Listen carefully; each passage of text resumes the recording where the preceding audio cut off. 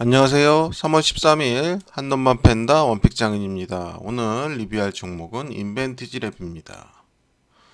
인벤티지랩 몇 번 설명해 드렸고 영상을 올려 드렸었는데 2025년에 과연 변화가 일어나긴 일어나는 거냐, 그죠? 그런 부분에 대해서 또 미증시가 폭락했는데 이 종목 괜찮은 거냐, 계속 떨어지는데, 그죠? 또 매수 이후의 트레이딩 전략은 도대체 어떻게 하는 게 제일 유효하냐, 이런 부분에 대해서 한번 얘기를 해보겠습니다. 먼저 자료를 한번 보시죠. 이전 영상에서 올렸던 내용들이에요. 인벤트지랩 같은 경우는 자금 조달을 반복하는데 상장 2년새 700억이라는 돈을 수여를 했고, 이런 부분들이 자금이 좀 이상하다, 그죠? 일방적으로 유치한 사람한테 유리한, 보통은 투자한 사람한테 유리하게 돼야 되는데 구성 자체가 그렇게 되면서 2023년도부터 들어왔던 이 돈이 들어오면서 주가가 급반등을 해서 아주 높은 가격을 이뤘고, 또 2024년 9월, 2025년 1월 이런 부분들 들어올 때마다의 돈들의 성향들이 투자자한테 유리하지 않다. 그렇다 그러면 투자자들 입장에서는 일방적으로 주가 상승에 기대한 투자로 봐야 된다. 그게 참 희한한 부분이 있다라고 말씀을 드렸습니다. 또 비만 치료제 개발사들은 장기 제품 차별화를 위해서 장기 제형과 경구 제형 개발을 시도 중이지만 이게 부작용도 있고 안정성이나 이런 게 비용 등 개발 속도가 느려졌죠. 그런데 장기 지속형 주사제는 제조 플랫폼 기술 이전이 장기적 목표라고 지금 그 인벤트집에서는 강조를 하고 있죠. 그래서 이런 부분들의 불편하거나 이제 부작용, 또 장기 안정성, 비용 등에 대한 우려로 개발 속도가 없던 부분을 기술 플랫폼을 이전함으로 인해서 한 방에 해결하겠다. 그래서 이런 부분이 기술 이전에 어떠한 그 청신호를 제시해 주면서 실질적인 계약을 이끌어낼 수 있을 것이다라고 얘기하고 있는 거죠. 베링거와 엮인 인벤트지 랩과 G2G 바이오죠. 그래서 요 두 원래 인벤트지 랩과의 계약이 있었는데 다시 G2G 바이오도 포함이 되면서 요게 이제 주식시장에서 안 좋게 느껴지면서 지금 주가가 내려오고 있는 거죠. 근데 실제로 이게 안 좋게만 느껴져서 내려오고 있는 건지 떨구려고 하는 건지 이 부분은 우리가 알 수는 없습니다. 하지만 어쨌든 시장에서의 주가의 하락을 이끌어냈던 부분이죠. 근데 어쨌든 시장에서는 두 개의 동시 기술 이전 가능성도 있다는 부분도 내포를 하고 있습니다. 또 이 대표죠. 인벤트지랩 대표인데 DDS 비밀 병기를 꺼냈다고 얘기하면서 드럭플루이드 플랫폼과 진플리드 플랫폼을 각각 나눠서 파트너링을 하겠다라고 얘기했다고 그랬죠. 그래서 이 부분에 대해서 다음 영상에서 한번 말씀드리겠다고 말씀드렸는데 오늘 이걸 간단하게 또 한번 풀어보겠습니다. 좀 후에 나오니까 좀 지켜보시면 될 것 같아요. 그러면서 우리가 투자를 제시했던 요 라인들이에요. 처음부터 라인들인데 처음에 18,000원, 17,000원 이렇게 들어갔다가 잘 들어왔죠. 잘 들어오고 위로 올라가면서 수익을 줄 수 있는 구간, 여기서 수익 내고 추가적으로 들고 갈지 나무 여부를 결정하면 되는 구간인데 여기서 그 소식이 나왔던 거죠. 베링거 인계를 하면서 또 다른 회사를 투자한다. 그래서 G2G 바이오인가요? 그쵸? 그리고 그런 부분들 때문에 이게 갑자기 장중에 급락이 나오면서 15,600, 열어놨던 15,600원까지 들어왔던 거죠. 그리고 다시 시장에서 이 부분에 대한 사실 확인이라든가 진위, 그러니까 어떤 경로로 하는지에 대한 의문점 때문에 다시 올라왔습니다. 그래서 결과적으로 수익을 좋은 수익을 낼 수 있는 구간을 줬는데요. 이 구간에 수익을 실현하지 못하셨다고 하더라도 전혀 걱정하실 건 저는 없다고 봅니다. 근데 결과적으로 우리가 걱정하고 안 걱정하고의 문제가 아니라 시장에서 느끼는 거죠. 그래서 결국은 이 구간에서 다시 돌파를 하지 못하면서 다시 이 구간을 내려왔기 때문에 제가 공간을 하나 더 열어놔야 된다. 13,900원. 그래서 13,900원을 더 열어놓으라고 말씀드리면서 저번 영상에 마무리셨습니다. 그래서 이 구간에 올 수도 있다 말씀드렸던 거죠. 펩트론이랑 G2G 또 인벤티지랩 같은 경우 DDS 비만약 투약 개선 블루칩 같은 경우에는 장기 지속형 플랫폼을 보유한 바이오텍 3사인데요. 빅파마들이 주목한다는 얘기인데 모두 미리꾸를 활용한 DDS 기술을 확보하고 있는 회사죠. 세 개 다. 근데 보통 보시면 페트론 같은 경우 벌써 시가총액 2조 원 이상으로 몸집이 커진 상태고요. G2G 바이오 같은 경우도 기업 공개 절차를 진행하고 있습니다. 그에 비하면 인벤트지 랩은 좀 초라해요. 화이자를 넘어서는 미리쿠 생산 능력을 내세우며 국내의 기업과의 협업을 박차를 가하고 있다고 했는데 시총이 너무 초라합니다. 그렇다 그러면 인벤트지 랩은 기술 개발, 기술 수출이라든가 이런 부분들이 어떤 물꼬가 터지면 어마어마한 폭등을 할 수 있는 회사죠. 그래서 우리가 인벤트지 랩에 관심을 두어야 되는 이유예요. 그리고 또 위에 보시면 또 얘기를 하겠지만 조금 더 마지막에 말씀을 드리겠습니다. 미리쿠 기반 장기 지속형 제재로 게임 체인저의 개발을 시도하고 있죠. 위고비나 미국 일라이릴리 제파운드 요런 그 비만약 같은 경우가 주 1회 주사제가 시장을 선도하고 있어요, 지금 현재. 그렇기 때문에 그 후발주자들은 이 큰 시장에 어쨌든 파일을 먹기 위해서는 이거보다 나은 어떤 기술을 보여야 되는데 그거에 대한 대체제가 장기 지속형 주사제인 겁니다. 그래서 국내 바이오텍이 미리쿠 기반 DDS에서 시장 패러다임을 바꿀 게임 체인저로 등장을 하고 있는 거죠. 그래서 이 부분 때문에 다국적 제약사들이 우리나라의 그 펩트론이라든가 아까 보셨던 세계사 이거 펩토론이라는가 G2G바이오, 인벤트지랩에 대해 지속적인 러브콜을 보내고 있는 실정이라고 보이고 있습니다. 김주희 대표죠. 그 큐라티스 인수했던 내용들이 글로벌 빅데이터 핵심 기반을 확보하기 위한 거고 이 부분을 인수했다는 것 자체가 아무런 뭐 내용도 없이 지금 어떠한 그 시간적인 촉박한 부분이 있음에도 불구하고 이렇게 인수했다는 거는 이거에 대한 내용이 있을 거다라는 거 우리는 추측을 하고 있는 거죠.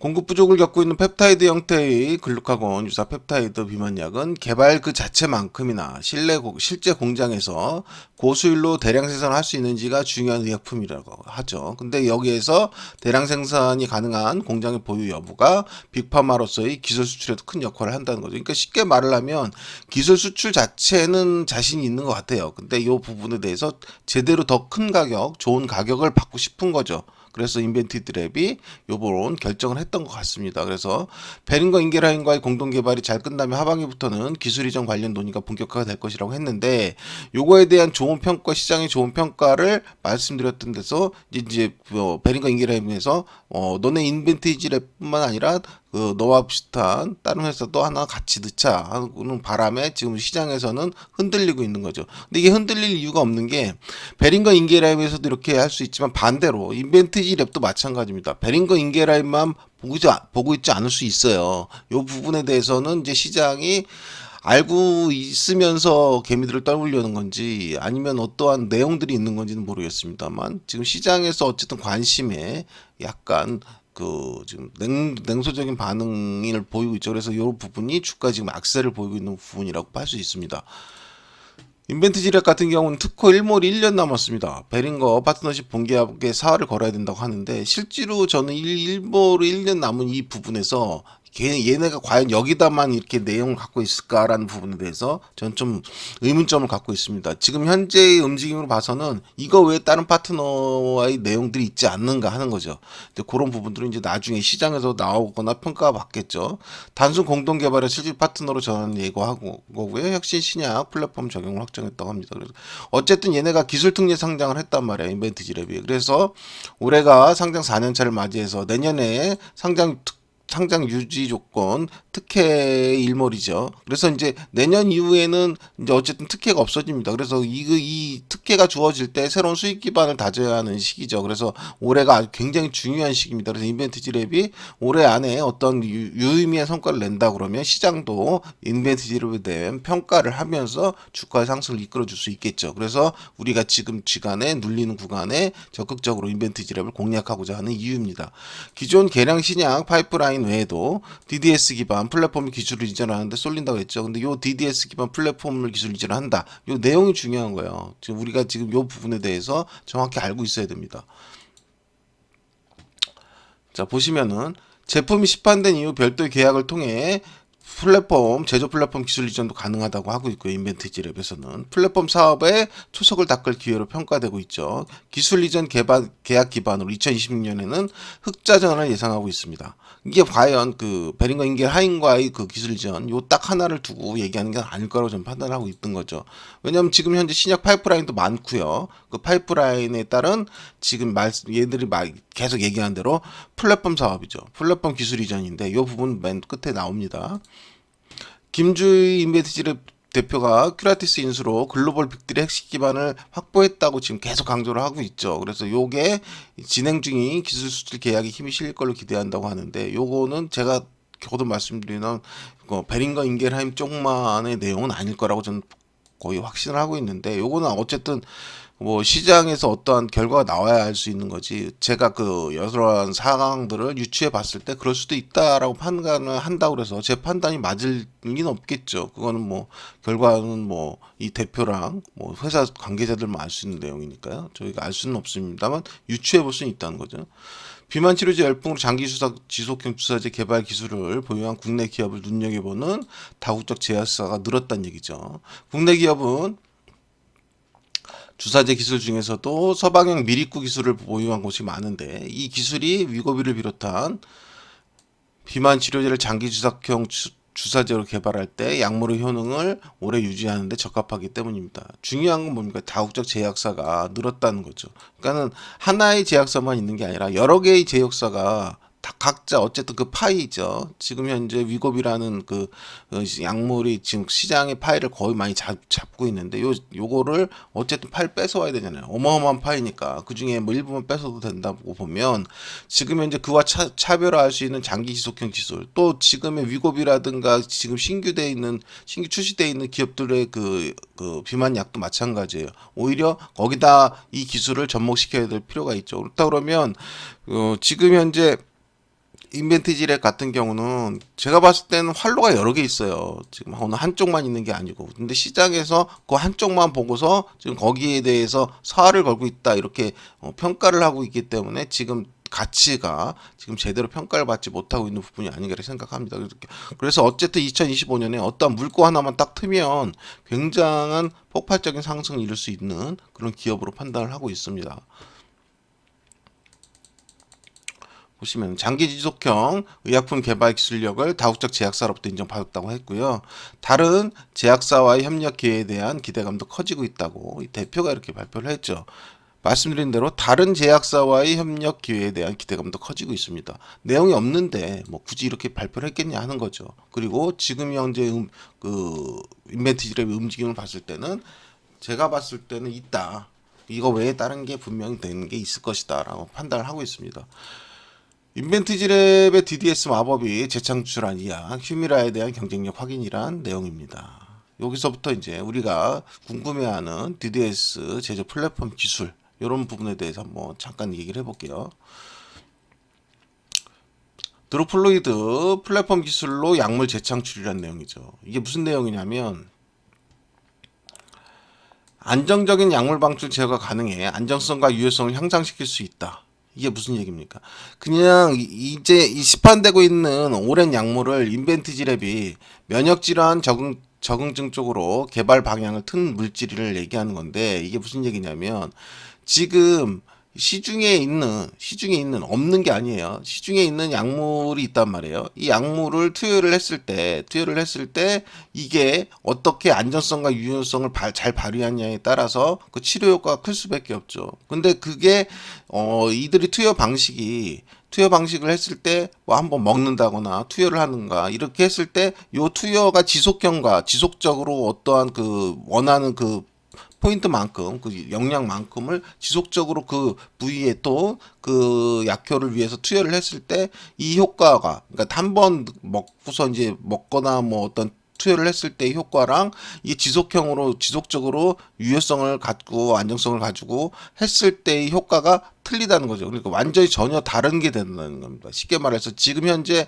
뭐 A라는 약물을 투여를 하는 지금 현재 방법으로 투여를 했을 때 이 효과가 1이라 그러면 약물 지속형 주사제의 기술을 통해서 이게 지속적으로 그렇죠. 뭐 했을 때 투여를 똑같은 이 지속적으로 투여를 했을 때 이 효과가 10에 나올 수 있는 효과가 나올 수 있다는 거죠. 그래서 이 기존에 있는 그 약물을 A라는 약물이 전혀 새로운 B라는 약물로 인지를 받게 할 수 있는 거죠.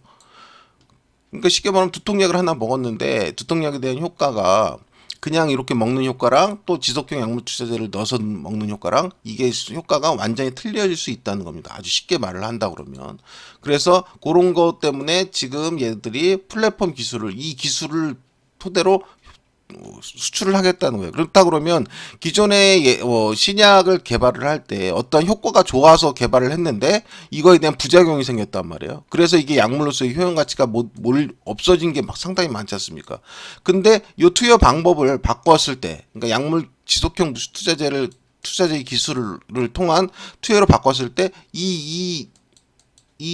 그 부작용을 없앨 수가 있다는 거죠. 그렇다 그러면 이거의 지금 신약 물질은 원래 성공한 물질일 수가 있는 거죠. 그러니까 요 플랫폼 기술을 통했을 때 이게 완전히 실패해서 끝났던 임상 실험들이 성공한 새로운 기술로 만들어질 수 있는 거죠.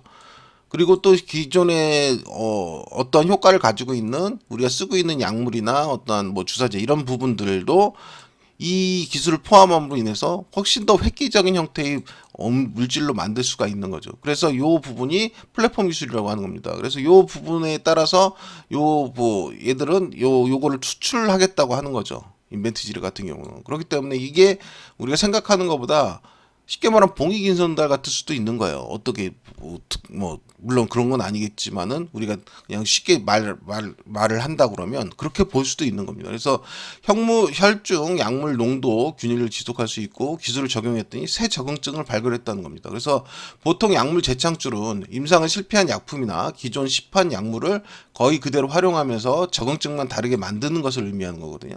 근데 프로젝트 Q 프로그램은 혈중 약물 농도를 정밀히 조절하는 DDS 기술을 도입해서 신규 적응증을 발견한 겁니다. 그래서 약물 농도를 적절히 조절하는 것을 지속적으로 하면 효과가 틀려진다는 겁니다. 효과가 완전히 틀려진다는 거예요. 그래서 새로운 형태의 물질이 된다는 거예요. 그래서 그 부분이 우리가 이 지금 기술 플랫폼 수출이라고 불리는 인벤티지 랩의 그 목표 지금 무기인 거죠. 그래서 이 무기를 우리가 생각을 해봤을 때 이게 시장에서의 가치가 어마어마할 수 있다는 거죠. 그래서 이 부분에 따라서 우리가 지금 인벤트지 랩을 좀 높게 볼 수 있는 거고, 그러다 보니까 눌림이 오는 구간에서 매수를 했으면 좋겠다 이렇게 판단을 하고 있는 겁니다. 그래서 그 시나리오를 세운 거고, 만약에 이 기술이 쓸모없는 기술이라면 그럴 필요가 없는 거죠. 그래서 지나치게 많은 약물 노출은 독성 부작용을 일으킬 수 있거든요. 그러니까 투여를 했을 때 지속적으로 요만큼을 지속적으로 했을 때 효과가 극대화될 수 있는 건데, 지금 현재의 것들은 이만큼이 들어가기도 하고 이만큼이 들어가기도 하고 이만큼이 들어가기도 하고 약효의 어쨌든 그 투여 농도가 틀리기 때문에 이걸로 인해서 부작용들이 발생한다는 거예요. 부작용들이. 그래서 이 부작용으로 인해서 많은 약들이 실제로 효과가 있음에도 쓸지 못하기도 한다거나 실제의 그 효과보다 작게 쓰일 수가 있는 거죠. 근데 이 그 인벤티지 랩에 플랫폼 기술을 적용하면 이 부분이 해소가 되면서 새로운 신약을 창출해낼 수도 있고 기존 약물에 있어서 효과를 극대화하면서 새로운 약으로 만들어낼 수도 있으며, 또 이런 부분들이 앞으로 임상실험이라든가 이런 부분을 거쳐서 실패했던 부분들을 다시 복구할 수도 있는 아주 획기적인 방법이죠. 그래서 아까 제가 말씀드렸듯이 봉이 김선달 같은 정책일 수도 있는 거예요. 그래서 지금 우리 장기지속형 주사제 기술들은 우리가 생각하는 것보다 상당히 큰 기술이고 상당히 큰 효과가 있습니다. 그래서 단순히 내가 투여를 했을 때 지속 시간을 길게만 늘려준다, 이게 아닙니다. 이게 아니기 때문에 이 부분에 대해서 좀 신중히 생각해 봐야 된다 하는 내용들이 있는 거죠. 그래서 혈중 약물 농도에 따라 그 효과가 달라지는 현상을 호메시스 효과라고 하는데요. 특정 농도에서만 효능을 보이고 그 이상의 농도에서는 효능을 보이지 않거나 오히려 방해되는 현상입니다. 그래서 따라서 이 호메시스 효과 때문에 지속적으로 같은 양 얼마나 지속적으로 넣어줄 수 있느냐에 따라서 완전히 다른 약이 방송이 될 수 있다는 거죠. 다른 의약품이 될 수 있는 거고 다른 효과를 얻을 수 있는 거고, 그래서 인벤티지 랩의 성능이나 또 그 기술을 좀 높게 삼고 이 부분이 앞으로 향후 굉장히 지속적으로 발전 가능성이 있을 수 있는 기술이다. 그래서 조금 우리가 투자해 볼 수 있는 가치가 있겠다 이렇게 판단을 하고 눌림을 보는 겁니다. 그리고 시나리오를 세우는 거고요. 그 과정까지를 이해를 하시면 좋을 것 같고요. 저번에 뭐 한번 요 부분에 대해서 말씀을 드린다고 했기 때문에 지금 말씀을 드린 거고요. 말씀드린 대로 우리가 그 바로 투자로 넘어오면 요 부분부터죠. 이렇게 했다가 아까 말씀드렸다시피 여기서 강하게 상승을 할 수 있는 국면에서 여기서 베링언기라임에서 추가적으로 다른 회사와 계약을 추가로 했다는 소식에 여기 시장에서 급락을 하면서 요 라인에 들어왔어요. 그죠? 그리고 다시 올라오면서 요 라인 안으로 들어오면서 뭐 수익 구간이죠. 이렇게 매수를 했다 그러면 수익 구간인데 요 구간에서 잘 수익을 했으면 좋은데 이제 문제는 그거죠. 우리가 보는 관점이 좀 높게 보고 있단 말이에요. 높게 보고 있고 또 한다. 그렇다 그러면 최소한 돌파가 이루어져야 수익 실현을 하고 나머지 두 가든지 결정할 거 아니냐 이렇게 판단할 수도 있죠. 근데 어쨌든 시장에서 악재로 인해서 내려왔기 때문에 이 부분에서는 일정 부분 수익 실현을 해주는 것도 나쁘진 않지만 못했더라도 상관없다 말씀드리는 거고, 다만 이렇게 흘러내렸지 않습니까? 흘러내린 구간이니까 시장에서는 악재로 받아들이고 있기 때문에 요 선을 하나 더 늘린 거죠. 그죠? 요게 13,900원인데 이제 중요한 게 있어요. 이 13,900원은 아주 중요한 선이에요. 아주 중요한 선입니다. 넥선이라고 그러죠. 넥라인이라고 그러죠. 왜 넥라인이라고 그러면 이렇게 상승한 이후에 여기가 왔을 때 모든 사람들이 대부분 손절을 하기 시작하는 공간입니다. 손절을 하기 시작하는 구간. 그죠? 근데 이 구간은 굉장히 중요한 나중에 역할을 할 거예요. 이 밑으로 만약에 주가가 흘러서 내려서 이 구간들에서 이제 어떤 포인트를 준다 그러면 다시 얘들이 처음에 돌파할 수 있는 목표가가 되는 거거든요. 13,900원 이상이. 그래서 13,900원 이상으로 올라오면서 여기서 수익 실현할 기회를 줄 겁니다. 그래서 주면 여기서 털고서 다시 또 밑으로 잡아보는 과정, 그렇게 보시면 좋을 것 같아요. 어쨌든 인벤트 지랩은 저는 개인적으로 좋게 봅니다. 그렇기 때문에 시나리오 상으로 이런 구간들을 또 이용해서 잘 매수를 해서 위쪽 라인으로 튀는 구간을 기다려 보자는 거고요. 또 시기적으로 봤을 때도 올해 안에 유의미한 내용이 나오지 않을까 하는 겁니다. 뭐 이런 부분들 때문에 저는 이렇게 말씀을 드리고 있는 부분이에요. 그래서 결과적으로 여기서부터 이제 맥라인에 들어왔거든요. 들어왔고 여기 부분 약간 반등이 나오고 있는데 여기 구간에 들어왔기 때문에 이제 요 밑에 라인들을 열어야 되죠. 열은 구간이 12,520원, 11,110원, 또 내려오면 한 얼마쯤 될까요? 10,000원대 한 초중반 요 라인들이 되겠죠. 그래서 요 라인들까지만 열고서 보고 그 다음은 이제 월 단위로 한번 봐야 될 것 같아요. 그래서 어쨌든 이렇게 해서 얘네가 여기 돌파하는 시도가 한 번은 이어질 거예요. 이어질 건데 요 이어졌을 때 어떤 흐름을 보이느냐에 따라서 수익 실현을 하고 가져갈 건지 몽땅 들고 갈 건지에 대한 여부는 그때 판단을 해야 되는데, 저는 항상 여러분들한테 말하는 게 수익 구간이 들어오면 뭐라고 그랬습니까? 일단 챙길 건 챙겨라. 그렇죠? 전량 정리는 아니더라도 일정 부분 내 수익을 챙기시고, 이건 항상 기본입니다. 제가 제시해드린 시나리오에서 항상 기본이에요. 이 기본을 지키셨다 그러면 여기서도 챙기실 수 있을 거예요. 그죠?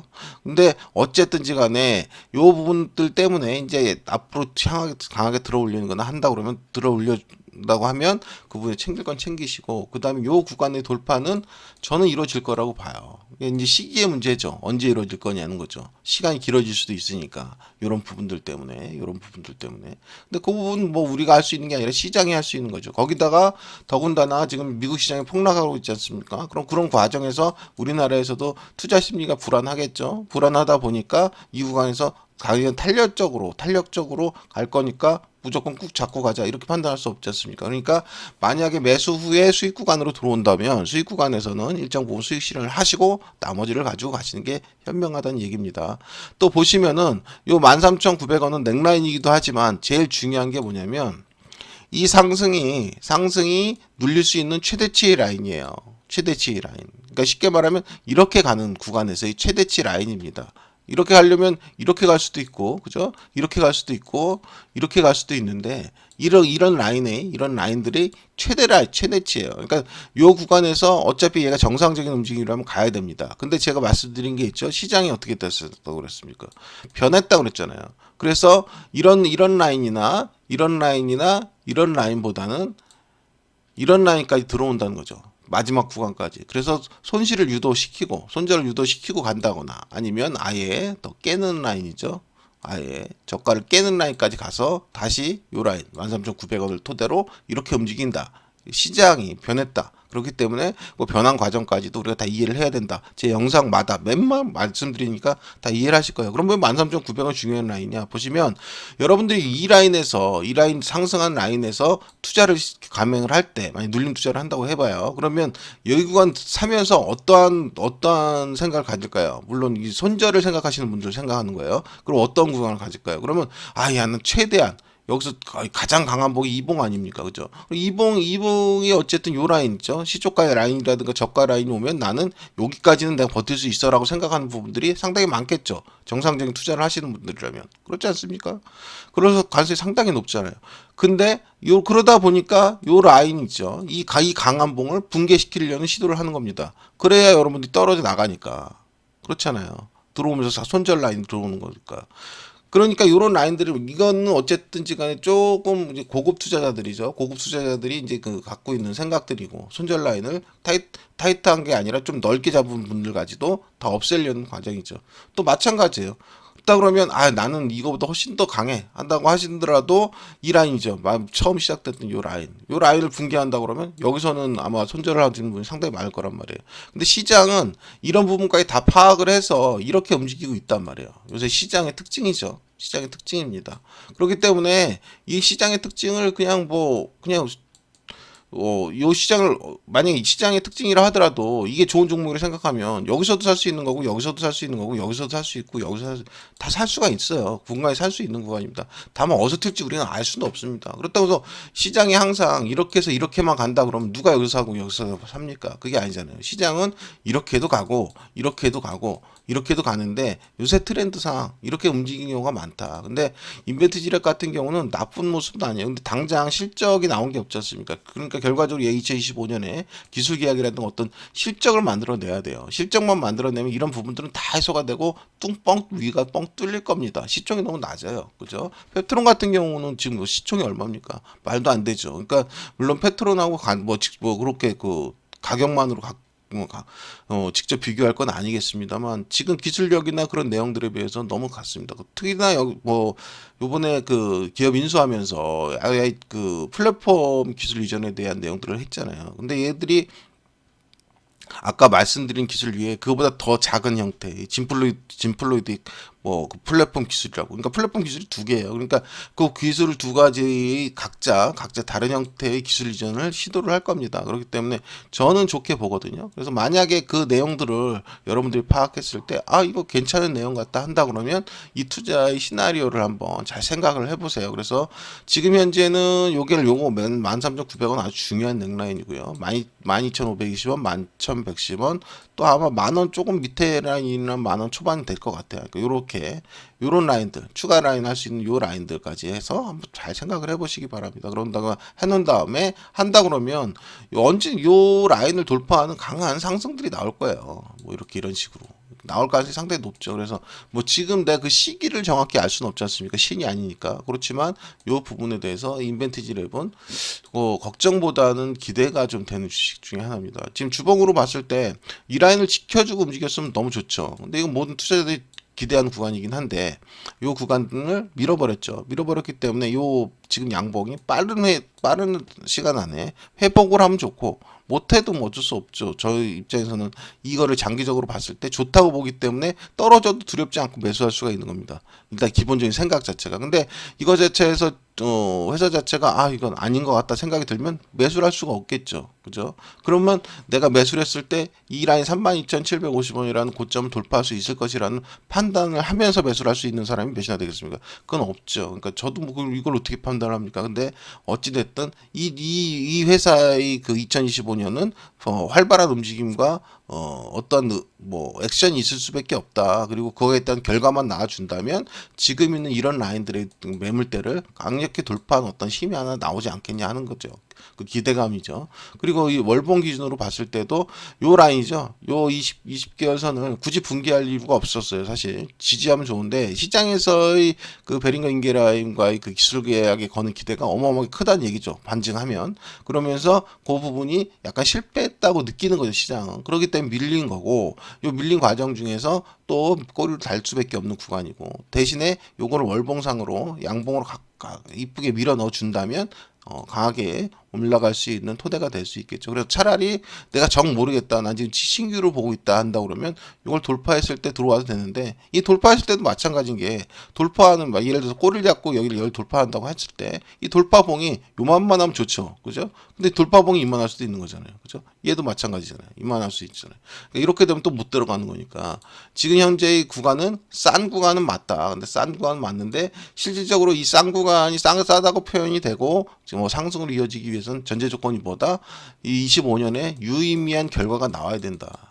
결과가 나와야 된다. 그죠? 이 결과에 따라서 앞으로 인벤티지 랩의 움직임은 굉장히 커질 것이고, 이 플랫폼 기술 수출, 요 부분, 요 부분이 시장의 평가를 다시 받을 겁니다. 그래서 지금 시장에서 요 부분에 대해서는 잘 평가를 못 하고 있는 부분이 많아요. 왜냐하면 이게 뭐 지금 잘 인지가 안 되고 있는 사람들이 많으니까요. 그래서 단순히 그냥 이 주사를 장기적으로 이제 시간을 길게 유효성 있게 놔줄 수 있는 기술이다, 여기까지만 알고 있지, 사실 이 플랫폼 기술에 대해서 정확한 의미를 잘 모르고 있는 부분이 많거든요. 그러니까 요 부분이 시장에서 평가를 받으려면 어찌됐든 뭐 누군가가 뭐 더 알고 있고 있다고 해서 평가가 되는 게 아니라 시장이 주목할 만한 어떤 사건이 있어야 되겠죠. 그게 그러려면 인벤티지 랩은 그 사건은 뭐다? 기술 수출일 겁니다. 기술 수출 계약이고, 이 실제로 돈이 흘러가는 흐름이 한번 보여져야 될 거예요. 그래서 이 부분이 언제 어떻게 되느냐에 따라서 2025년에 인벤티지 랩의 주가는 탄력적일 수도 있고, 또 긴 횡보라든가 긴 하락이라든가 아주 장기적으로 조금 괴로운 구간이 들어갈 수도 있죠. 근데 어찌됐든지 간에 만약에 이 아래로 내려온다고 하더라도 단기적으로 수익을 줄 수 있는 구간은 반드시 줄 걸로 봅니다. 시간의 문제라고 보고요.